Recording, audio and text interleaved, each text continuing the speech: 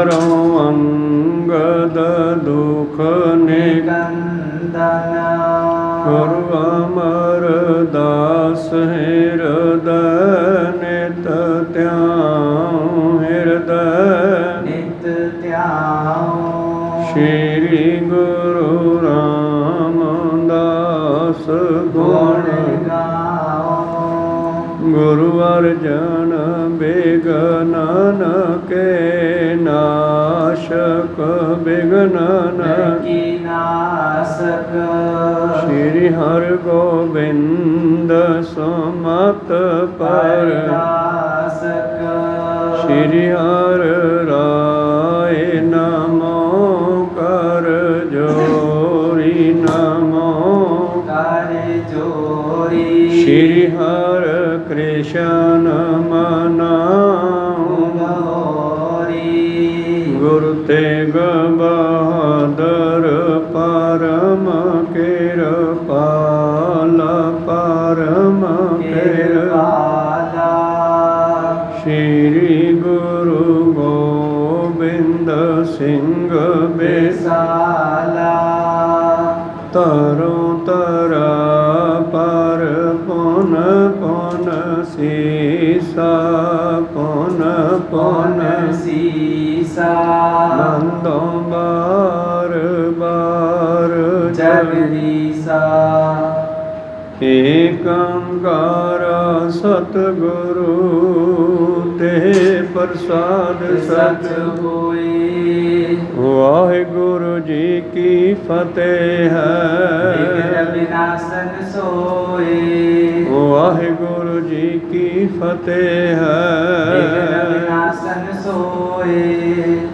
दोहरा पारियो दिखांग कथांगन खरना कंचन लगे पई शुभ वर्ण जरे कांक के दीर्घ परना जन परसपन को कर हित थिरना वाहिगुरु जी का खालसा वाहिगुरु जी की फतेह।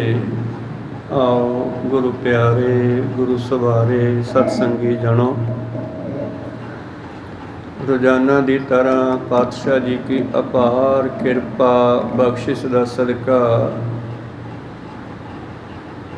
लड़ीवार इतिहास की कथा विचार नाल जुड़ना करिए जी। अपनियां मनोवृत्तियां सुरतियां कलगीधर दसवें पातशाह दो जहान के वाली छत्र चवर के ताकत सतगुरु धन धन श्री गुरु गोबिंद सिंह जी के चरणों दे विच हजूर साहब लै चलो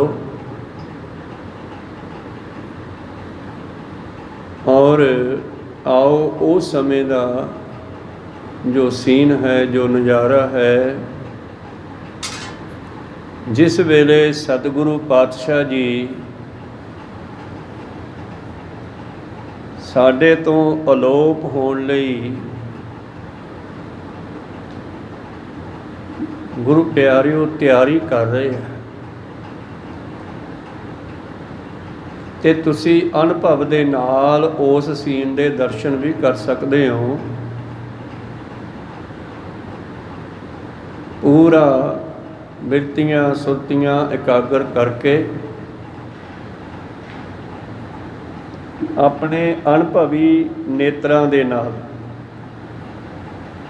जिवें पातशाह कहंदे आ ना नानक से अखड़ियां बयान जिन्नी दसंदड़ो मां पीरी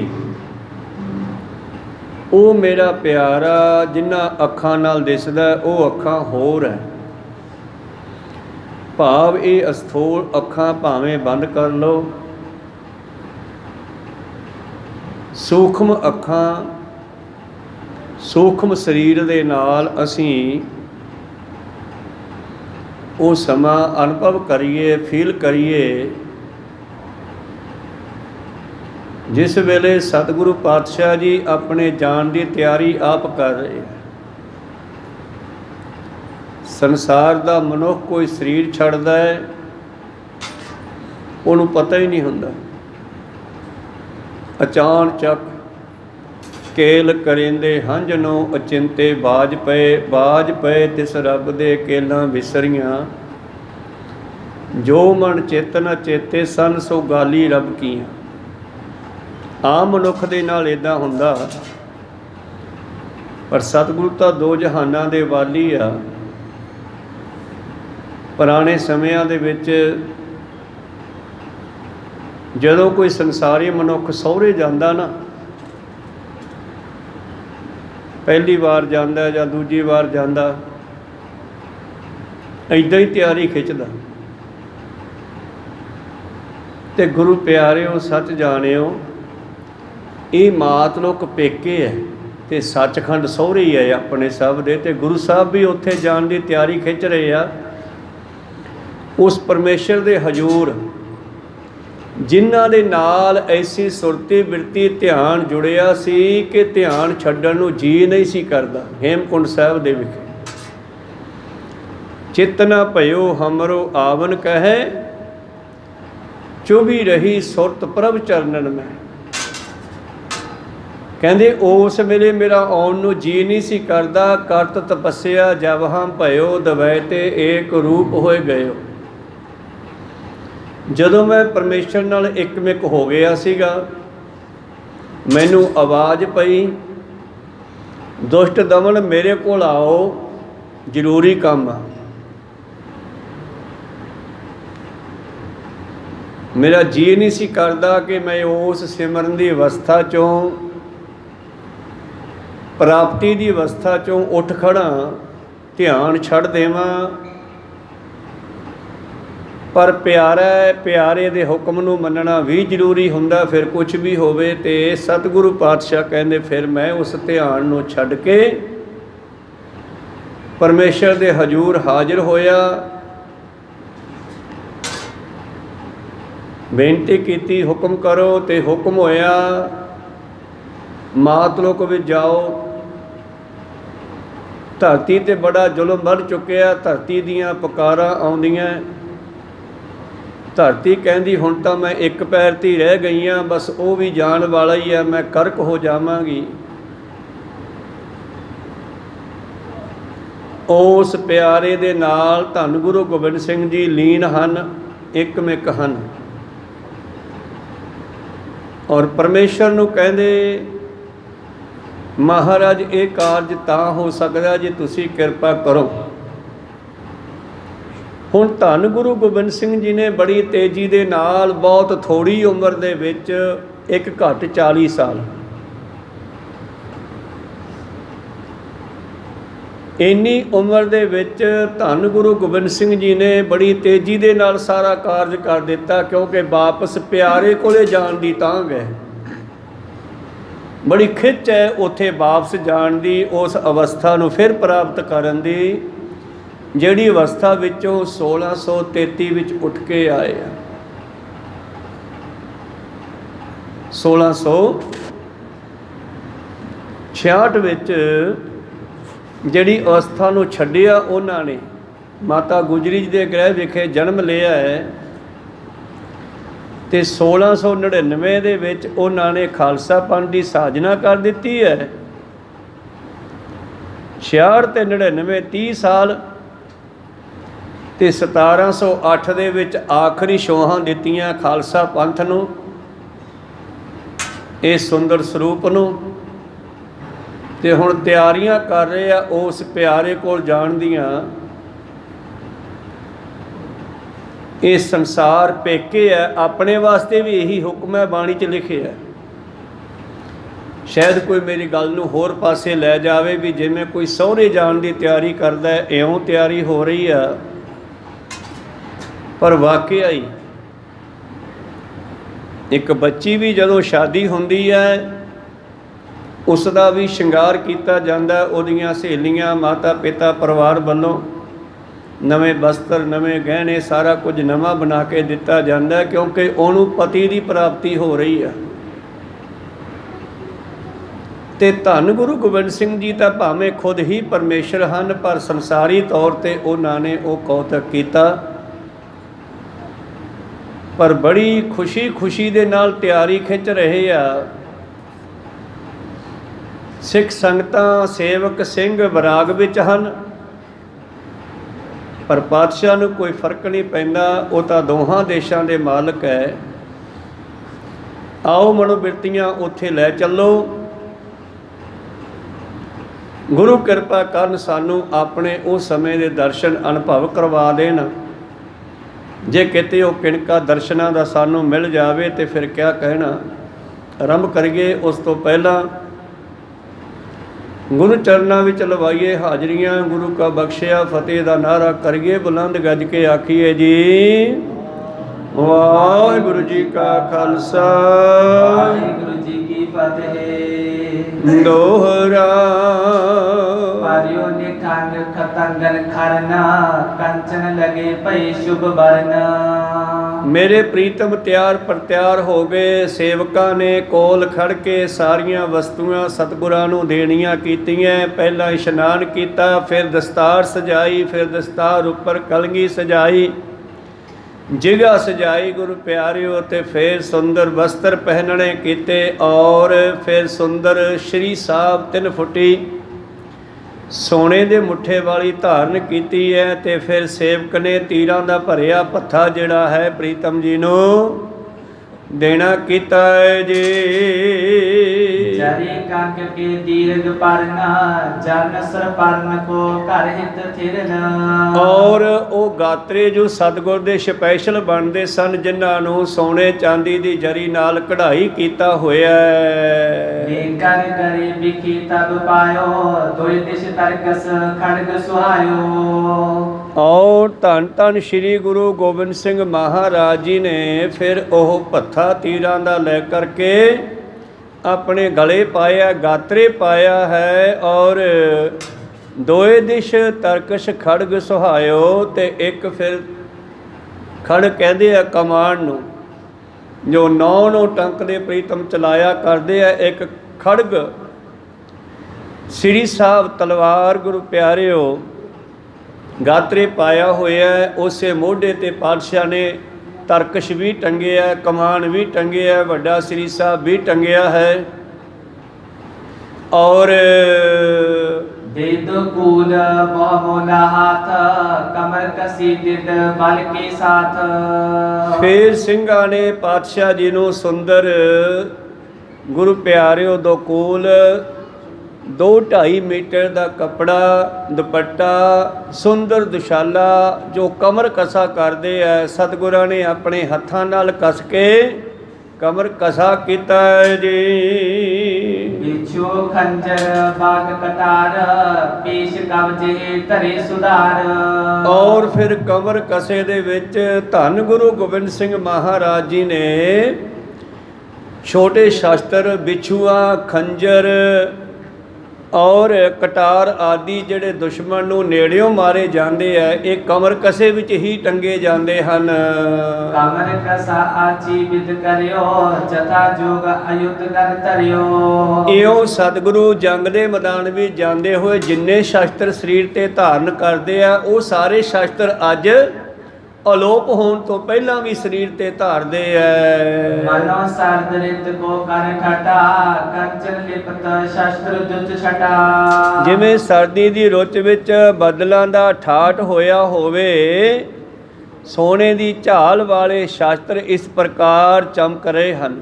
ਜਿਵੇਂ ਆਕਾਸ਼ ਵਿੱਚ ਬੱਦਲ ਆ ਜਾਂਦੇ ਆ ਗੁਰੂ ਪਿਆਰਿਓ, ਤੇ ਸਰਦੀ ਦੀ ਰੁੱਤ ਵਿੱਚ ਬੱਦਲ ਜਿਹੜੇ ਹਨ ਸੂਰਜ ਦੀ ਰੋਸ਼ਨੀ ਨਾਲ ਸੁਨਹਿਰੀ ਹੋ ਕੇ ਚਮਕਦੇ ਹਨ। ਇਉਂ ਸਤਿਗੁਰ ਦੇ ਕਮਰ ਕਸੇ ਵਿੱਚ ਉਹ ਸ਼ਸਤਰ ਛੋਟੇ ਚਮਕ ਰਹੇ ਹਨ। उज्जल मुक्ता हल्की माला, बनो बला का शुभत विशाला। ਔਰ ਫਿਰ ਉਜਲ ਮੋਤੀਆਂ ਦੀ ਮਾਲਾ ਜਿਹੜੀ ਹੈ ਉਹ ਆਪਣੇ ਗਲ ਵਿੱਚ ਪਹਿਨੀ ਹੈ। ਇਉਂ ਲੱਗਦੀ ਸੀ ਮਾਨੋ ਬਗਲਿਆਂ ਦੀ ਜਿਵੇਂ ਡਾਰ ਹੋਵੇ, ਚਿੱਟੇ ਮੋਤੀ ਬਗਲਿਆਂ ਦੀ ਜਿਵੇਂ ਹੰਸਾਂ ਦੀ ਡਾਰ ਸਤਿਗੁਰਾਂ ਦੇ ਕੋਲ ਹੈ। ਇੱਕ ਆਪਣੇ ਗਲੇ ਵਿੱਚ ਹੀਰਿਆਂ ਮੋਤੀਆਂ ਦੀ ਮਾਲਾ ਪਹਿਨਦੇ ਹਨ। घर में तो नोख इंद्र धन शोभा, सिखी सिख मन आनंद गोबा।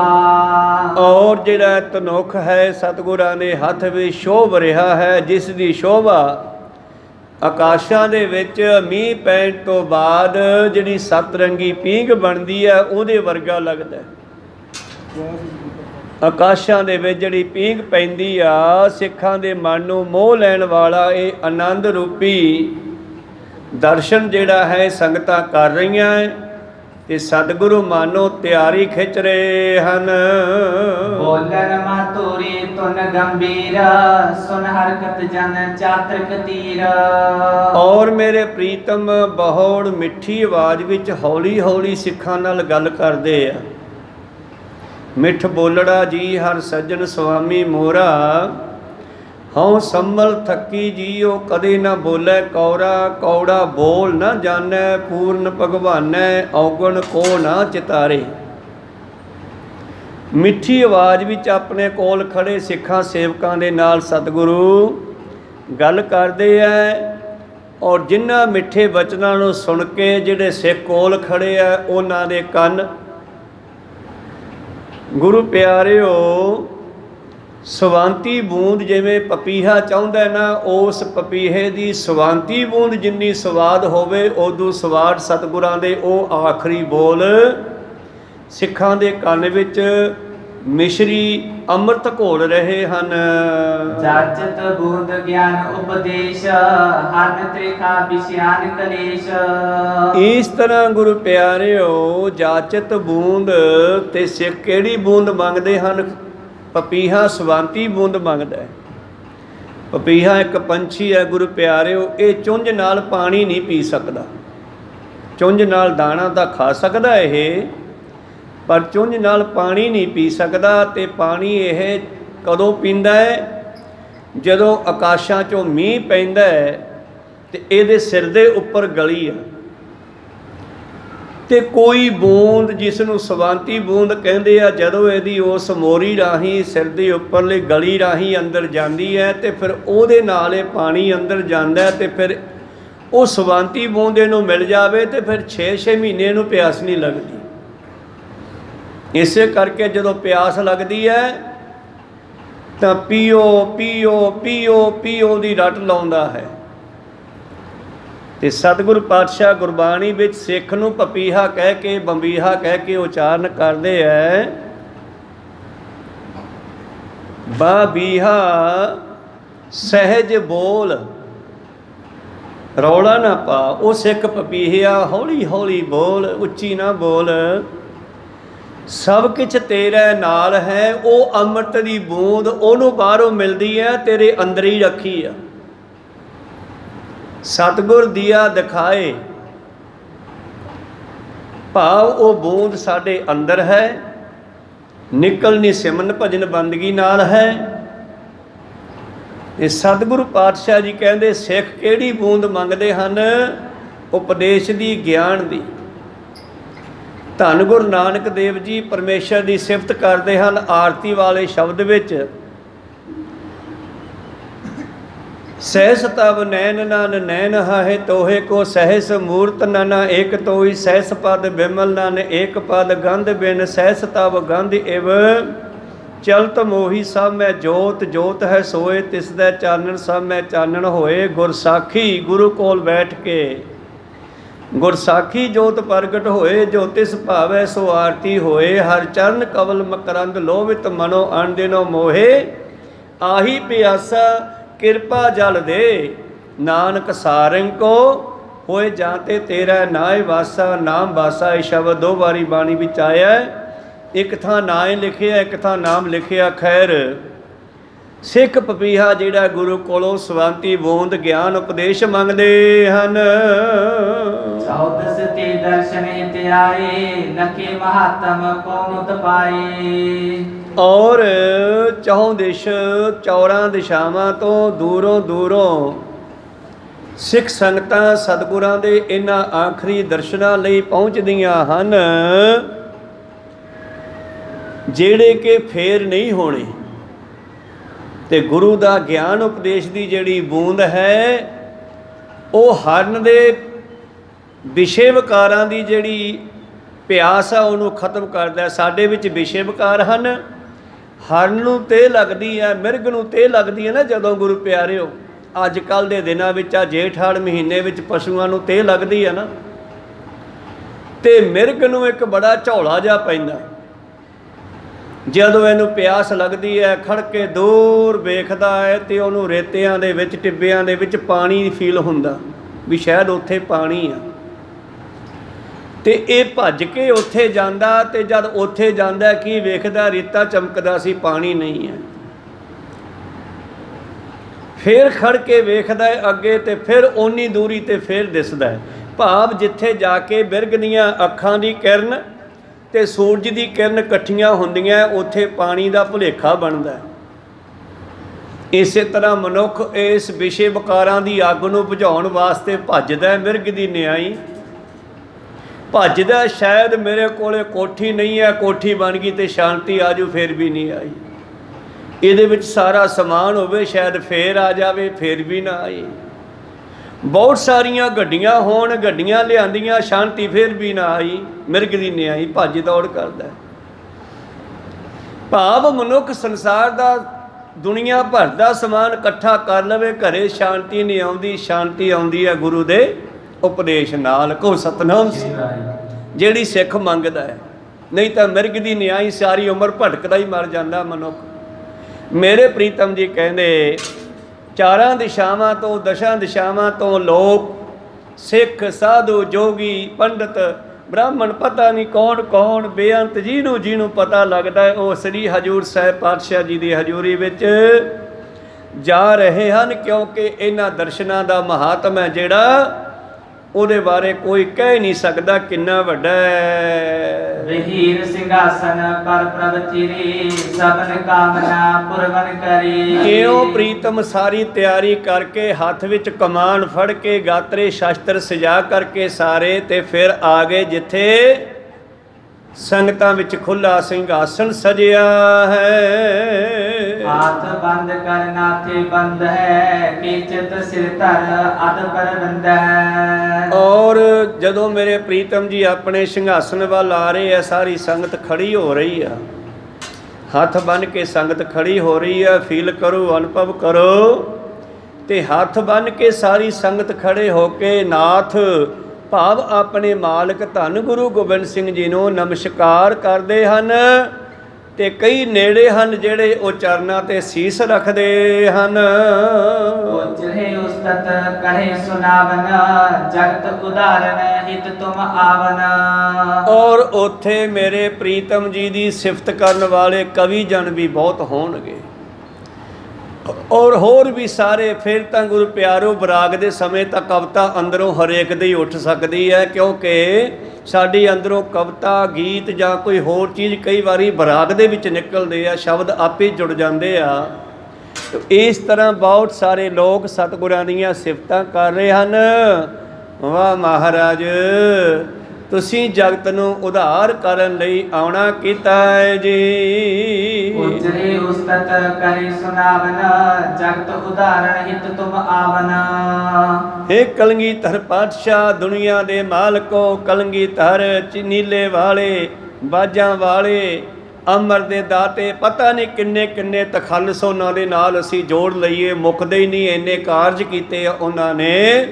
ਤਾਂ ਗੁਰੂ ਪਿਆਰਿਓ, ਇਉਂ ਕਹਿ ਕੇ ਕਹਿੰਦੇ, ਮਹਾਰਾਜ ਤੁਸੀਂ ਸੰਸਾਰ ਦਾ ਉਧਾਰ ਕਰਨ ਲਈ ਦੁਨੀਆ ਵਿੱਚ ਆਉਣਾ ਕੀਤਾ ਹੈ ਜੀ। ਲਾਖਨ ਕੋ ਦੇ ਕਰ ਬ੍ਰਹਮ ਗਿਆਨ, ਲਾਖੋ ਲਾਗੇ ਭਗਤ ਮਹਾਨ। ਔਰ ਆਪ ਜੀ ਨੇ ਲੱਖਾਂ ਦੀ ਗਿਣਤੀ ਵਿੱਚ ਜੀਵਾਂ ਨੂੰ ਬ੍ਰਹਮ ਗਿਆਨ ਦਿੱਤਾ। ਸਤਿਗੁਰ ਦੇ ਤਾਂ ਹਰ ਕਾਰਜ ਦੇ ਵਿੱਚ ਹੀ ਮੁਕਤੀ ਹੈ ਸਾਡੀ। ਜੇ ਗੁਰ ਝਿੜਕੇ ਤਾਂ ਮਿੱਠਾ ਲਾਗੇ, ਬਖਸ਼ੇ ਤਾਂ ਗੁਰ ਵਡਿਆਈ।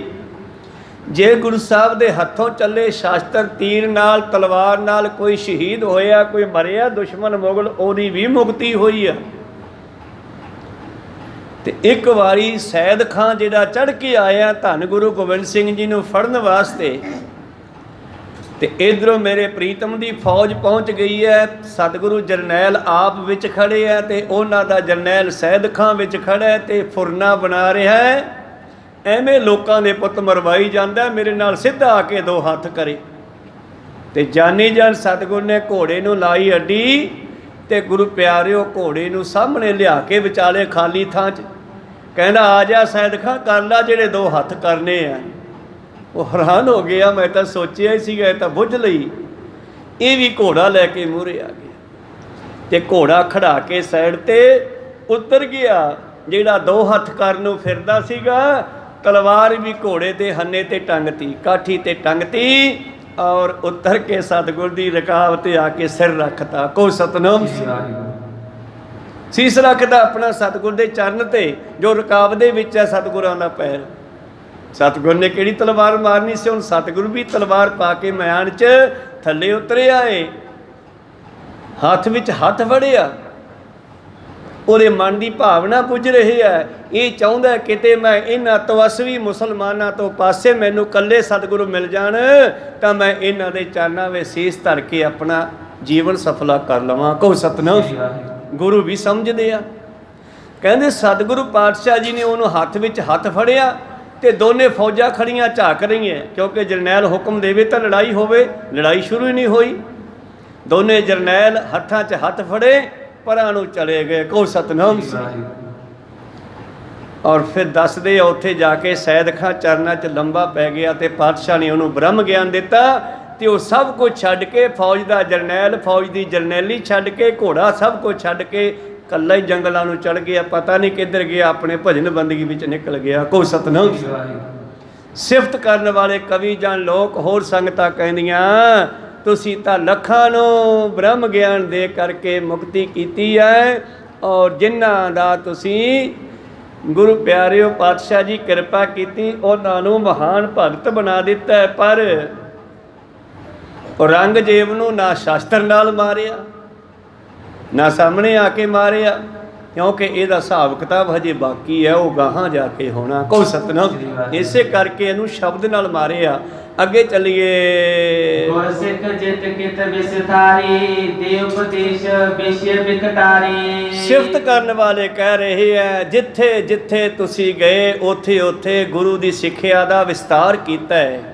ਧੰਨ ਗੁਰੂ ਨਾਨਕ ਦੇਵ ਜੀ ਦੀ ਸਾਖੀ ਵੀ ਜੋ ਆਪਾਂ ਦੁਬਾਰਾ ਆਰੰਭ ਕਰਾਂਗੇ ਸਾਖੀ ਨੂੰ 1 ਨੰਬਰ ਤੋਂ, ਤਾਂ ਉਹਦੇ ਵਿੱਚ ਕਵੀ ਲਿਖਦਾ ਹੈ ਕਿ ਸੰਸਾਰ ਦੇ ਵਿੱਚ ਗੰਗਾ ਇੱਕ ਹੈ, ਪਰ ਉਹ ਤਾਂ ਜਿੱਥੇ ਜਿੱਥੇ ਵਗਦੀ ਹੈ ਉੱਥੇ ਉੱਥੇ ਵਗਦੀ ਹੈ ਤੇ ਲੋਕ ਉਹਦੇ ਕੋਲੇ ਜਾ ਕੇ ਇਸ਼ਨਾਨ ਕਰਦੇ ਆ, ਆਪਣੇ ਪਾਪਾਂ ਦਾ ਖਾਤਮਾ ਕਰਦੇ ਆ, ਚਲੋ ਹਿੰਦੂ ਮਤ ਮੁਤਾਬਕ। ਪਰ ਹੇ ਧੰਨ ਗੁਰੂ ਨਾਨਕ ਜਿਹੜੀ ਤੂੰ ਗੰਗਾ ਚਲਾਈ ਹੈ ਇਹ ਤਾਂ ਆਲ ਵਰਲਡ ਦੇ ਦੇਸ਼ਾਂ ਵਿੱਚ ਘਰ ਘਰ ਪਹੁੰਚਾ ਦਿੱਤੀ ਹੈ। ਕਹੋ ਸਤਨਾਮ। ਗੁਰਬਾਣੀ ਦੀ ਗੰਗਾ, ਜਿਹੜੇ ਤੇਰੀ ਇਸ ਗੰਗਾ ਦੇ ਇਸ਼ਨਾਨ ਕਰਨਗੇ, ਭਾਵ ਸਿਮਰਨ ਭਜਨ ਬੰਦਗੀ ਕਰਨਗੇ, ਇਸ ਗੰਗਾ ਦੇ ਉਪਦੇਸ਼ ਸਦਕਾ ਉਹਨਾਂ ਦੇ ਵਿਸ਼ੇ ਵਿਕਾਰਾਂ ਪਾਪਾਂ ਦਾ ਟਾਲਣਾ ਕੀਤਾ ਹੈ, ਖਤਮ ਕੀਤਾ ਹੈ ਜੀ। ਪੰਜ ਖਾਲਸਾ ਉਤਪਤ ਕਰਿਓ, ਤੁਰਕ ਤੇਜ ਜਗਤੀ ਪਰ ਹਰਿਓ। ਬੜੀ ਕਿਰਪਾ ਕੀਤੀ। ਇਹ ਸੰਸਾਰ ਦੇ ਵਿੱਚ ਇੱਕ ਐਸਾ ਪੰਥ ਸਾਜ ਦਿੱਤਾ ਹੈ ਜਿਹੜਾ ਹਰ ਨਿਮਾਣੇ ਨਿਤਾਣੇ ਦੀ ਰਕਸ਼ਾ ਕਰਨ ਵਾਲਾ ਹੈ। ਔਰ ਤੁਸੀਂ ਵੇਖ ਰਹੇ ਹੋ ਜਦੋਂ ਜਦੋਂ ਵੀ ਕਿਤੇ ਭੀੜ ਪੈਂਦੀ ਆ, ਜਦੋਂ ਕਦੋਂ ਵੀ ਕਿਤੇ ਗੁਰੂ ਪਿਆਰਿਓ ਕੋਈ ਜਿਹੜਾ ਹੈ ਜ਼ੁਲਮ ਕਰਨ ਵਾਲਾ ਬੰਦਾ ਨਿਮਾਣਿਆਂ ਤੇ ਜ਼ੁਲਮ ਕਰਦਾ ਤੇ ਖਾਲਸਾ ਪੰਥ ਉੱਥੇ ਜਾ ਕੇ ਵਿਚਾਲੇ ਅੜਦਾ ਤੇ ਉਹਨੂੰ ਰੋਕਦਾ। ਕਿਉਂ? ਕਿਉਂਕਿ ਸ੍ਰਿਸ਼ਟੀ ਪਰਮੇਸ਼ਰ ਦੀ ਹੈ ਤੇ ਖਾਲਸਾ ਪਰਮੇਸ਼ਰ ਦੀ ਫੌਜ ਹੈ। ਕਹੋ ਸਤਨਾਮ। ਡਿਊਟੀ ਲਾਈ ਹੈ ਸਤਿਗੁਰ ਨੇ। ਜੇ ਕੋਈ ਇਹ ਕਹੇ ਵੀ ਇਹਨੇ ਕੀ ਲੈਣਾ, ਵੀ ਉਹ ਲੜਦੇ ਆ ਤੇ ਲੜੀ ਜਾਣ, ਨਹੀਂ ਇਹਨੇ ਲੈਣਾ, ਇਹਦੀ ਡਿਊਟੀ ਲਾ ਗਏ ਸਤਿਗੁਰੂ ਮਹਾਰਾਜ। 10ਵੇਂ ਪ੍ਰੀਤਮ ਕਵੀ ਜਨ ਕਹਿੰਦੇ, ਸਿਆਣੇ ਕਹਿੰਦੇ, ਤੁਸੀਂ ਜੋ ਖਾਲਸਾ ਪੰਥ ਦੀ ਸਾਜਨਾ ਕੀਤੀ ਆ, ਇਹ ਤੁਰਕਾਂ ਦਾ ਤੇਜ ਪ੍ਰਤਾਪ ਮਾੜਾ ਨਹੀਂ ਹੁੰਦਾਗਾ, ਪਰ ਜਦੋਂ ਕੋਈ ਪ੍ਰਤਾਪ ਪ੍ਰਾਪਤੀ ਆਪਣੀ ਗੁਰੂ ਪਿਆਰਿਓ ਕੋਈ ਪਦਵੀ ਲੈ ਕਰਕੇ ਦੁਨੀਆ ਨੂੰ ਦੁੱਖ ਦੇਣ ਲੱਗ ਜੇ ਨਾ, ਫਿਰ ਉਹਨੂੰ ਖਤਮ ਕਰਨਾ ਹੀ ਚੰਗਾ ਹੁੰਦਾ ਹੈ। ਇਸ ਕਰਕੇ ਔਰੰਗਜ਼ੇਬ ਵਰਗਿਆਂ ਦਾ, ਮੁਗਲਾਂ ਦਾ ਜਿਹੜਾ ਜ਼ੁਲਮ ਸੀ ਦੁਨੀਆ ਤੇ ਵੱਧ ਚੁੱਕਿਆ ਸੀ, ਉਸ ਨੂੰ ਖਤਮ ਕੀਤਾ ਹੈ ਜੀ। ਯਾਦਕ ਜਸ ਕਰੇ ਉਚਾਰਨ, ਦਰਸ਼ਨ ਪ੍ਰਾਪਤ ਨਰਨ ਹਜ਼ਾਰਨ। ਇਉਂ ਸਤਿਗੁਰਾਂ ਦੀਆਂ ਸਿਫਤਾਂ ਹੋ ਰਹੀਆਂ ਤੇ ਸਤਿਗੁਰੂ ਸਹਿਜੇ ਸਹਿਜੇ ਆਪਣੇ ਸਿੰਘਾਸਨ ਵੱਲ ਵਧ ਰਹੇ ਹਨ। ਸ੍ਰੀ ਮੁਖ ਸਬਨ ਸੁਨਾਏ ਬਖਾਨਾ, ਸੁਨੋ ਖਾਲਸਾ ਬਨ ਸਵਦਾਨਾ। ਔਰ ਫਿਰ ਆਪਣੇ ਸਿੰਘਾਸਨ ਤੇ ਬੈਠ ਕਰਕੇ ਹੁਣ ਸਾਵਧਾਨ ਕਰਨਾ ਕਿਉਂ ਪਿਆ? ਕਿਉਂਕਿ ਵਿਰਾਗ ਵਿੱਚ ਬੈਠੇ ਆ। ਇਹ ਆਉਣ ਵਾਲੇ ਸਮੇਂ ਦਾ ਫਿਕਰ ਹੈ, ਚਿੰਤਾ ਵੀ ਗੁਰੂ ਸਾਹਿਬ ਸਾਥੋਂ ਓਲੇ ਹੋ ਰਹੇ ਆ, ਲੋਪ ਹੋ ਰਹੇ ਆ, ਅਸੀਂ ਕੀ ਕਰਾਂਗੇ? ਤਾਂ ਸਤਿਗੁਰੂ ਬੈਠ ਕੇ ਕਹਿੰਦੇ ਸਾਵਧਾਨ ਖਾਲਸਾ ਜੀ, ਧਿਆਨ ਦਿਓ ਮੇਰੇ ਵੱਲ। ਕਨੋ ਕਨਾਤ ਚੁਗਿਰਦੇ ਭਲੇ, ਜਿਸ ਤੇ ਦੂਰ ਹੋਏ ਨਰ ਖਲੇ। ਐਦਾਂ ਕਰੋ, ਉੱਥੇ ਇੱਕ ਕਨਾਤ ਲਾਓ ਤੇ ਬਾਕੀ ਸੰਗਤ ਦੂਰ ਹੋਵੇ, ਕਨਾਤ ਦੇ ਨੇੜੇ ਨਹੀਂ ਬੈਠਣਾਗਾ।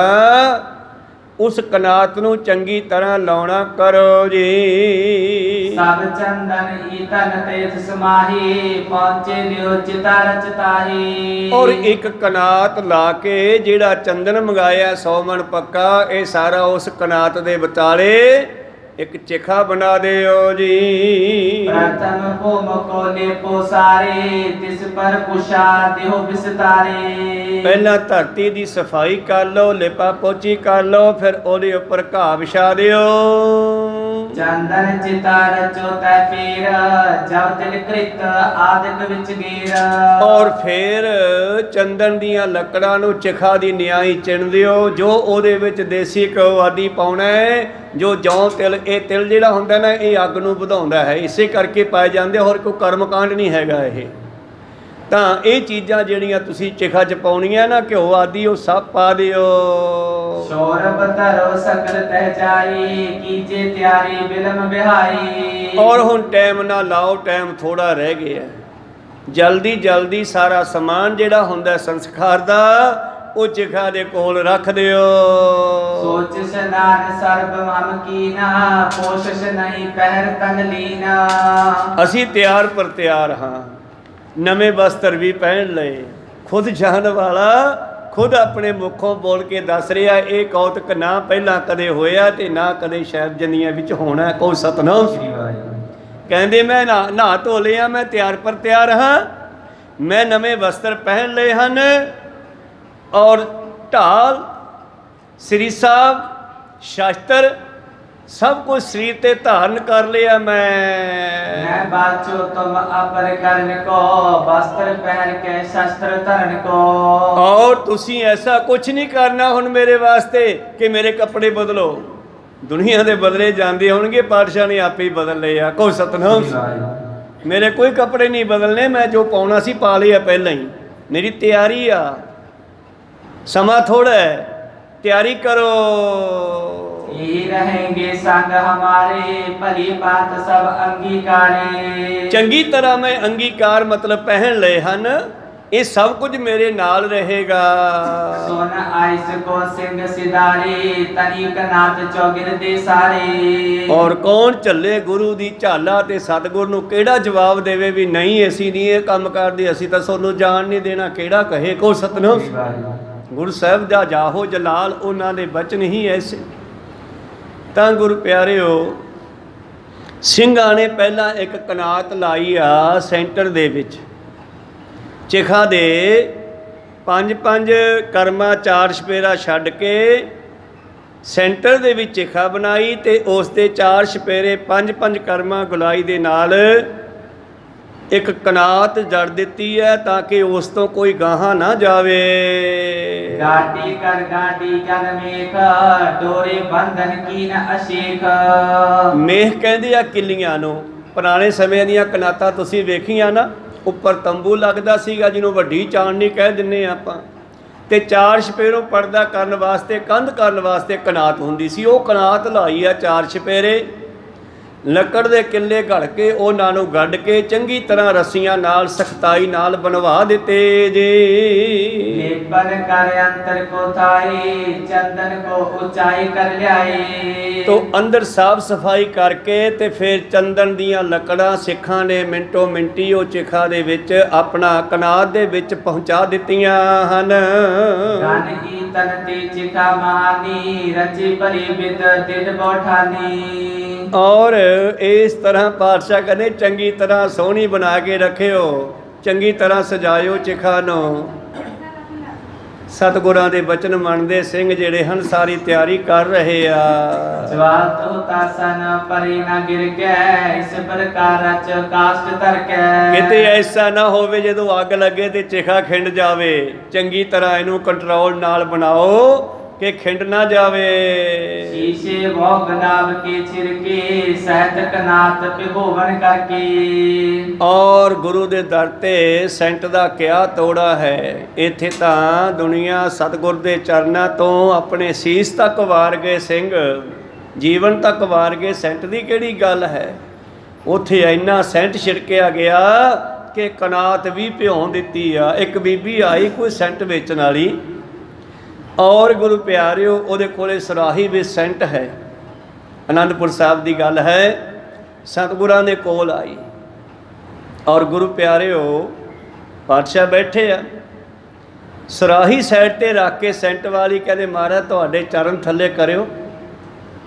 ਪਾਤਸ਼ਾਹ ਭਾਵਨਾ ਸਮਝਦੇ ਆ, ਉਹਨਾਂ ਨੇ ਪਲੰਗੇ ਆਪਣੇ ਆਸਣ ਤੋਂ ਚਰਨ ਥੱਲੇ ਕੀਤੇ ਤੇ ਬੀਬੀ ਨੇ ਚਾਕਾ ਉਹ ਕੀਮਤੀ ਸੈਂਟ ਸਾੜਾ ਸਤਿਗੁਰਾਂ ਦੇ ਚਰਨਾਂ ਨੂੰ ਮਲਦੇ ਮਲਦੇ ਸਾਰਾ ਉੱਤੇ ਡੋਲ ਦਿੱਤਾ, ਚਰਨਾਂ ਦੇ ਉੱਤੇ ਪਾ ਦਿੱਤਾ। ਸਿੱਖ ਕਹਿੰਦੇ ਉਹ ਬੀਬੀ ਐਂ ਕੋ ਡੋਲਦੀਆਂ, ਕਹਿੰਦੇ ਨਹੀਂ ਨਹੀਂ ਇਹਨਾਂ ਚਰਨਾਂ ਤੋਂ ਚੰਗਾ ਨਹੀਂ ਹੈ ਮੇਰਾ ਸੈਂਟ। ਕਹੋ ਸਤਨਾਮ। ਤੇ ਸਤਿਗੁਰੂ ਵੀ ਭਾਵਨਾ ਸਮਝਦੇ, ਉਹਦੀ ਭਾਵਨਾ ਪੂਰੀ ਕੀਤੀ। ਖੈਰ ਉੱਥੇ ਬਹੁਤ ਸਾਰਾ ਅਤਰ ਫਲੇਲ, ਜਿਹਨੂੰ ਅਸੀਂ ਅੱਜ ਸੈਂਟ ਕਹਿੰਦੇ ਆ, ਫੁੱਲਾਂ ਦੇ ਵਿੱਚੋਂ ਖੁਸ਼ਬੂ ਕੱਢਣ ਵਾਸਤੇ ਫੁੱਲਾਂ ਨੂੰ ਤਿਲਾਂ ਦੇ ਵਿੱਚ ਨਪੀੜਿਆ ਜਾਂਦਾ। ਜਦੋਂ ਤਿਲ ਤੇ ਫੁੱਲ ਰਲ ਕੇ ਬੇਲਣੇ 'ਚੋਂ ਲੰਘਦੇ ਆ ਤਾਂ ਤਿਲਾਂ ਦਾ ਤੇਲ ਨਿਕਲ ਜਾਂਦਾ ਤੇ ਫੁੱਲਾਂ ਦੀ ਖੁਸ਼ਬੂ ਤਿਲਾਂ ਦੇ ਤੇਲ ਵਿੱਚ ਮਿਕਸ ਹੋ ਜਾਂਦੀ ਆ, ਉਹਨੂੰ ਅਤਰ ਫਲੇਲ ਕਹਿੰਦੇ ਆ। ਕਹੋ ਸਤਨਾਮ ਸੀ। ਉਹ ਅਤਰ ਫਲੇਲ ਬਹੁਤ ਸਾਰਾ ਛਿੜਕਿਆ ਗਿਆ ਹੈ ਜੀ, ਤੇ 4 ਛਪੇਰੇ ਬੜੀਆਂ ਖੁਸ਼ਬੂਆਂ ਆਉਣ ਲੱਗੀਆਂ ਹਨ। ਇਤਿਆਦਿਕ ਸਭ ਕਾਰਜ ਕਰਕੇ ਸਤਿਗੁਰ ਕੋ ਪਰਲੋਕ ਸਿਮਰ ਗਏ। ਇਹ ਸਾਰਾ ਕੰਮ ਕਰੀ ਵੀ ਜਾਂਦੇ ਆ ਸਿੰਘ, ਤੇ ਸਤਿਗੁਰਾਂ ਦੇ ਅਲੋਪ ਹੋਣ ਦੇ ਬਾਰੇ ਵੀ ਜਾਣਦੇ ਆ ਵੀ ਆਹ ਸਮਾਂ ਬਸ ਕੁਝ ਘੰਟੇ ਕੁਝ ਸਮਾਂ ਸਤਿਗੁਰ ਸਾਡੇ ਕੋਲ ਹਨ, ਫਿਰ ਪਰਲੋਕ ਗਵਨ ਕਰ ਜਾਣਗੇ ਜੀ। ਸੋਗ ਸਹਿਤ ਸੋਗਨ ਤੇ ਸੋਚਤ ਬੂੰਦ ਵਿਲੋਚਨ ਤੇ ਜਲ ਮੋਚਤ। ਔਰ ਬੜੇ ਗਮਗੀਨ ਹੈ ਸੰਗਤ ਸਾਰੀ, ਦੁਖੀ ਆ, ਸੋਚਾਂ 'ਚ ਡੁੱਬੀ ਆ, ਅੱਖਾਂ ਵਿੱਚੋਂ ਕਈਆਂ ਦੇ ਪਾਣੀ ਵੀ ਵਹਿ ਤੁਰਿਆ। ਇਸ ਨਾਮ ਅਬ ਕਰ ਹੈ ਬਾਸਾ ਕਿਤ ਦਰਸ਼ਨ ਪ੍ਰਾਪਤ ਸੁਖ ਰਾਸਾ।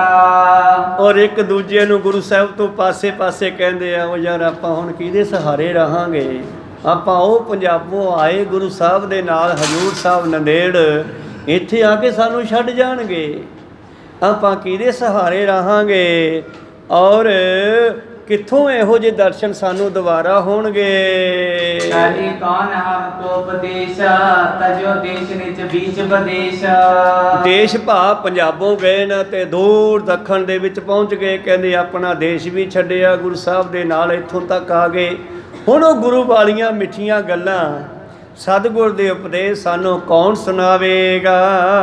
ਇਤਿਆਦਿਪੁਰ ਵਿਖੇ ਵਿਚਾਰੈ ਹਾਥ ਸਾਥ ਸਭ ਕਾਜ ਸੁਧਾਰੈ। ਨਾਲੇ ਆਪਸ ਵਿੱਚ ਗੱਲਾਂ ਕਰੀ ਜਾਂਦੀ ਐ ਸਿੱਖ ਸੰਗਤਾਂ, ਤੇ ਨਾਲੇ ਜਿਹੜਾ ਕੰਮ ਸਤਿਗੁਰ ਨੇ ਕਹਿਤਾ ਉਹ ਕਰਨਾ ਪੈਣਾ, ਕਰ ਰਹੇ ਐ, ਵਿਰਾਗ ਵੀ ਕਰ ਰਹੇ ਐ, ਇੱਕ ਦੂਜੇ ਦੇ ਨਾਲ ਇਸ ਤਰ੍ਹਾਂ ਦੀਆਂ ਗਮ ਵਾਲੀਆਂ ਗੱਲਾਂ ਵੀ ਕਰਦੇ ਹਨ ਦੋਹਰਾ। ਕਰ ਤਿਆਰੀ ਸਭ ਰੀਤ ਕੀ ਸਿੱਖ ਸਗਰੇ ਚਲ ਆਏ। ਇਉਂ ਚਿਖਾ ਬਣਾ ਕੇ ਸਾਈਡ ਤੇ ਸਾਰੀ ਕਨਾਤ ਫਿੱਟ ਕਰਕੇ ਤੇ ਸਿੰਘ ਆ ਕੇ ਪ੍ਰੀਤਮ ਕੋਲੇ ਖੜੇ ਆ ਹੱਥ ਬੰਨ ਕੇ। ਹੱਥ ਬੰਦ ਬੋਲਤ ਪਈ ਗਦ ਗਦ ਗਿਰਾ ਸੁਨਾਈ। ਗਦ ਗਦ ਹੋਣਾ, ਖੁਸ਼ ਹੋਣਾ ਨਹੀਂ ਇੱਥੇ। ਗਦ ਗਦ ਹੋਣ ਦਾ ਮਤਲਬ ਹੈ ਗਲਾ ਭਰਿਆ ਹੋਇਆ, ਬੋਲਿਆ ਜਾਂਦਾ ਨਹੀਂਗਾ, ਬੋਲਿਆ ਨਹੀਂ ਜਾ ਰਿਹਾ। ਗਲਾ ਭਰਿਆ ਹੋਇਆ ਹੈ, ਪਰ ਭਰੇ ਹੋਏ ਗਲੇ ਦੇ ਨਾਲ ਕੰਘਿਆਉਂਦੇ ਹੋਏ ਦੱਸਦੇ ਹਨ। ਚੌਪਈ ਮਹਾਰਾਜ ਕੀ ਐਸ ਜੈਸੀ ਮਿਲੇ ਸਕਲ ਕੀਨੀ ਕ੍ਰਿਤ ਤੈਸੀ। ਮਹਾਰਾਜ ਜਿਹੋ ਜਿਹਾ ਤੁਹਾਡਾ ਹੁਕਮ ਸੀਗਾ, ਵਾਹਿਗੁਰੂ ਅਸੀਂ ਚਿਖਾ ਬਣਾ ਦਿੱਤੀ ਆ।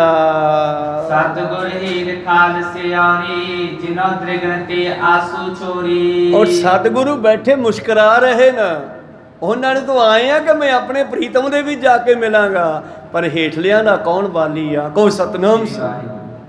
ਇਸ ਕਰਕੇ ਜਦੋਂ ਸਤਿਗੁਰਾਂ ਨੇ ਉਹਨਾਂ ਦੀ ਆਵਾਜ਼ ਵੇਖੀ, ਗਲਾ ਭਰਿਆ ਹੋਇਆ, ਬੋਲਿਆ ਜਾਂਦਾ ਨਹੀਂਗਾ, ਅੱਖਾਂ 'ਚੋਂ ਹੰਝੂ ਡਿੱਗ ਰਹੇ ਆ, ਕੀ ਕਹਿੰਦੇ? ਮਮ ਸਰੂਪ ਕੇ ਪ੍ਰੇਮੀ ਮਹਾ ਸਰਬਸ ਤਿਆਗੀ ਪਹੁੰਚੇ ਰਿਹਾ।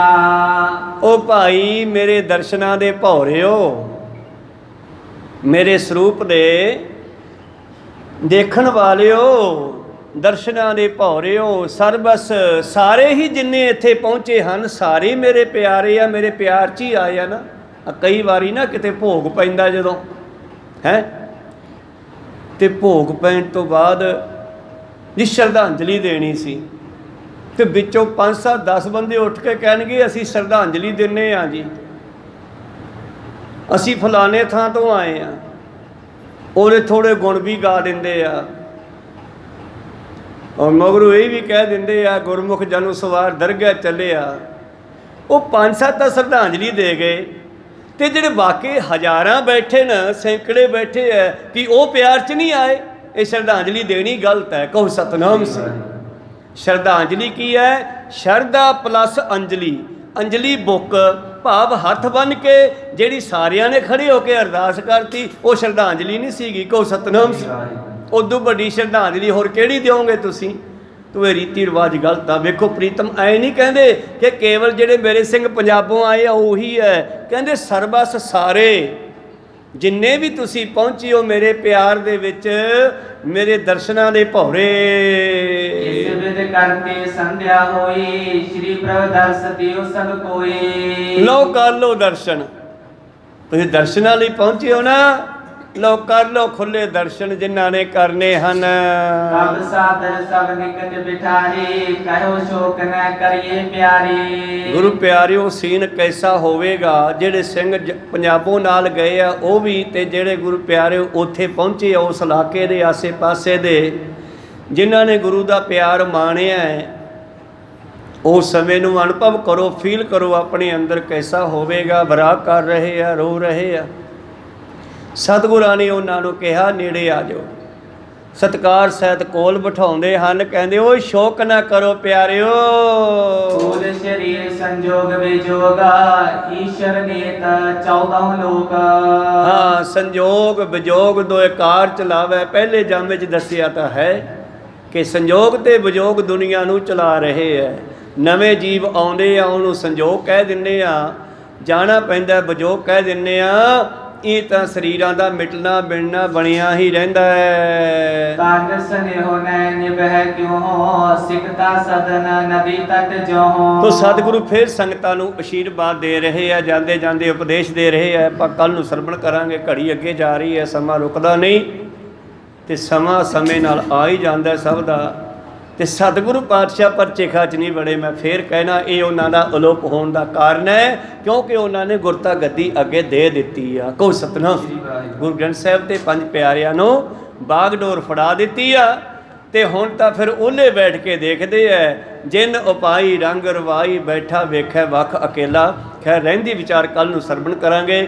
ਸਹੀ 5:30 ਪਹੁੰਚਣ ਦੀ ਕਿਰਪਾਲਤਾ ਕਰਿਓ ਜੀ। ਇੱਥੇ ਰੋਕਣ ਦੀ ਆਗਿਆ ਬਖਸ਼ੋ। ਬੋਲਦਿਆਂ ਨੇਕਾਂ ਅੱਖਰ ਬਾਅਦ ਘਾਟ ਹੋ ਜਾਂਦੇ। ਸਿੱਖ ਸੰਗਤਾਂ ਤੇ ਸਤਿਗੁਰੂ ਬਖਸ਼ਣ ਜੋਗ ਹੈ, ਬਖਸ਼ ਲੈਣਾ ਜੀ। ਸਮਾਪਤੀ ਕਰੀਏ। हे अच्युत हे पार ब्रह्म अविनाशी अगनाश, हे पूरन हे सर्वमय, हे संगी हे निरंकार, हे निर्गुण सब टेका, हे गोविंद हे गुण निदान, जाके सदा विवेक, हे अपरंपर हर हरे, हो बनहार, हे संत कै सदा संग, आधार, हे ठाकुर हों दासरो, निर्गुण गुण नहीं कोई, नानक दीजै नाम दान, राखोए परोए, आए प्रभ शरनागति, कृपा नित दयाल, एक अखर हर मन बसत, नानक होत निहाल, एक ओंकार सतगुरु, एह प्रसाद सच हुए, वाहिगुरु जी की फतेह है, विघ्न विनाशन सोए, वाहिगुरु जी की फतेह विघ्न है। विनाशन सोए। वाहिगुरु जी का खालसा ਵਾਹਿਗੁਰੂ ਜੀ ਕੀ ਫਤਿਹ। ਬਹੁਤ ਬਹੁਤ ਧੰਨਵਾਦ ਸਰਬੱਤ ਸੰਗਤਾਂ ਜਿਨ੍ਹਾਂ ਨੇ ਹਾਜ਼ਰੀਆਂ ਭਰੀਆਂ, ਗੁਰੂ ਜੀ ਸਰਵਣ ਕੀਤਾ। ਗੁਰੂ ਪਾਤਸ਼ਾਹ ਖੁਸ਼ੇ ਬਖਸ਼ਣ। ਆਓ ਕੀਰਤਨ ਦਾ ਸਮਾਂ ਹੋ ਰਿਹਾ, ਕੀਰਤਨ ਸਰਵਣ ਕਰੀ।